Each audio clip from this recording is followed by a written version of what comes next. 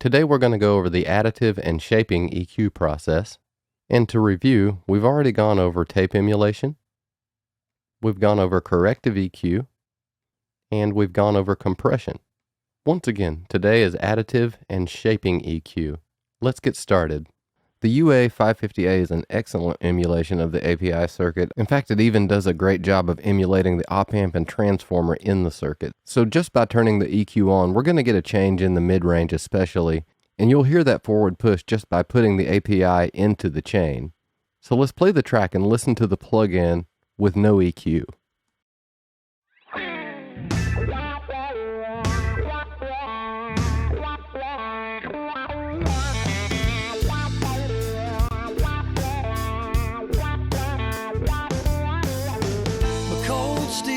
That sounds great just like that, but I still want to hear a little more push in the mid-range, and I'm thinking around 1.5K is going to be perfect, but we'll play with that.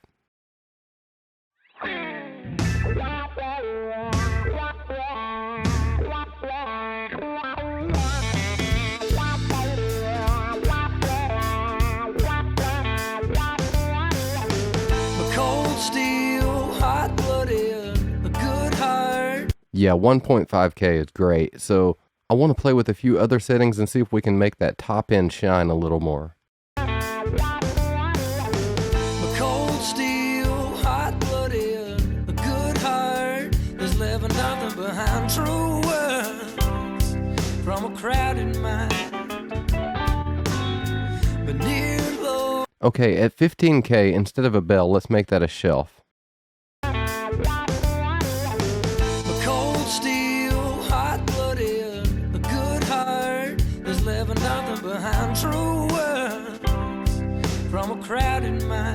Yeah, I like the shelf just a little bit more. It extends the frequencies above 15K a little better. Now let's mess with the low end a little bit. Cold steel, hot-blooded, a good heart, there's never nothing behind true words from a crowded mind. But near low, so don't hurt, make you realize exactly what your life is worth. Good love, give you peace of mind, but don't hate. I don't want to overdo it, but I do like a low shelf at 100 Hertz on this song. Our gain may be getting a little bit out of control now, so I'm going to go to the output knob and back off just a little bit to give us a little more headroom further down the line. Now that I've extended the top and bottom, I feel like they need a little bit of shape. This can be done several ways. I want to use a high and low pass filter. This can be done directly on the API 550A plugin by just turning the filter on. And what that does is adds a high and low pass filter to this plugin. Cold steel, hot-blooded, a good heart, there's never nothing behind true words from a crowded mind. That sounded good, but it was a little more drastic than I like, so let's leave it off and use another plugin to shape the top and bottom. I want to use the ToneLux Tilt, and I'm not going to use the tilt feature, so let's just turn that off. All I want to use on this plugin is the low pass filter and high pass filter. And let's mess with the high and low pass filter. Let's get that shaping just right. Let's go ahead and turn the filter on and the plugin off.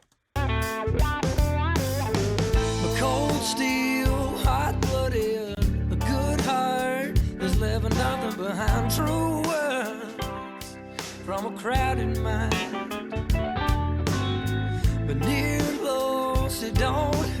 So I thought the sub lows were a little too strong. It really wasn't much, but I'm gonna put a high pass filter just around 30 Hertz. And the same with the low pass filter. I'm probably gonna come down just a little bit because we've already extended the highs with the shelf. I want to control them a little bit with the low pass filter.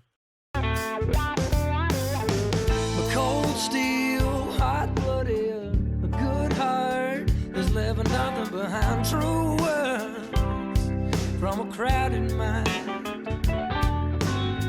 but near low, so don't hurt, make you realize exactly. I'd say we're around 13K is the start point, and then it rolls off gently from there. Remember, this is a really gentle roll off. You're not running the top end. It's not a lop. So real quickly, let's listen again.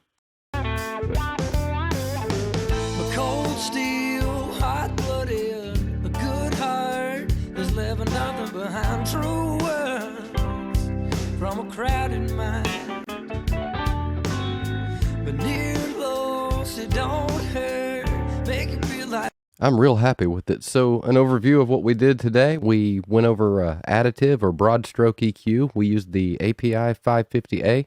We did some top end and bottom end shaping with the Tone Lux Tilt. Well, I'm having a lot of fun, and we've still got more to cover. In the next segment, we're going to cover how to use a de-esser in mastering. We're going to go over the Precision Case Stereo, which is a really, really cool imaging tool by Universal Audio. And finally, the precision limiter in getting a competitive volume to our track. We'll see you next time. Thanks for listening.